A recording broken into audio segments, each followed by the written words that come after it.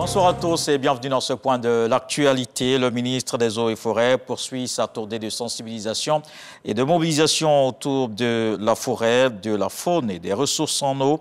À l'étape de San Pedro, Laurent Tchagba a eu une séance de travail avec ses collaborateurs des régions du Gore, de la Nawa, du Boclé et de San Pedro. Une rencontre pour évaluer les besoins et mettre les moyens à disposition comme dans toutes les localités visitées. Il en a profité pour planter des arbres. Hier, 30 juillet, c'était la journée mondiale de la lutte contre la traite des humains.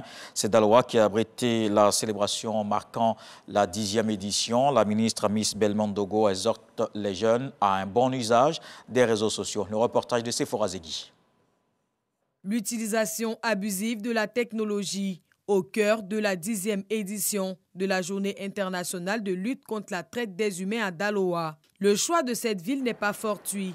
En effet, selon l'Organisation internationale pour les migrations OIM, Daloa est la 2e ville de départ des migrants après Abidjan. Pour Alejandro Rabiossi, directeur du projet régional d'appui à la lutte contre la traite des personnes dans le golfe de Guinée, cela montre l'ampleur du phénomène dans la région du Haut-Sassandra.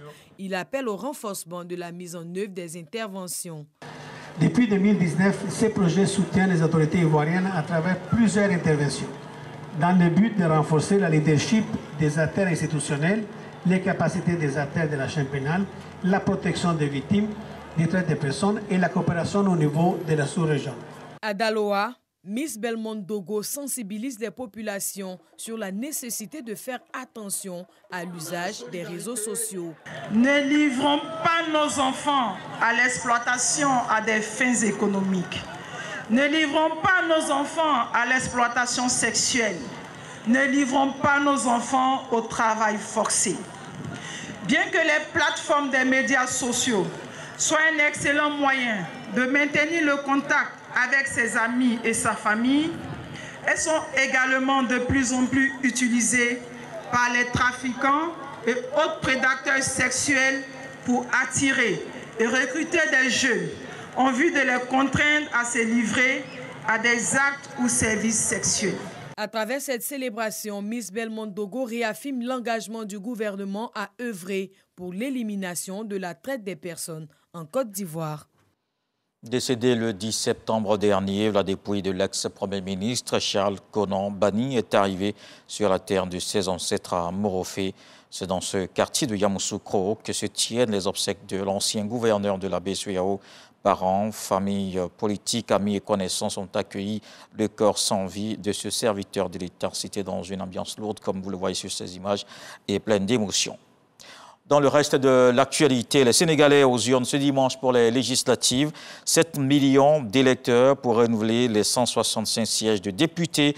8 listes en compétition. Le pouvoir espère conserver une majorité confortable à l'Assemblée, alors que les principales forces de l'opposition entendent rafler le maximum.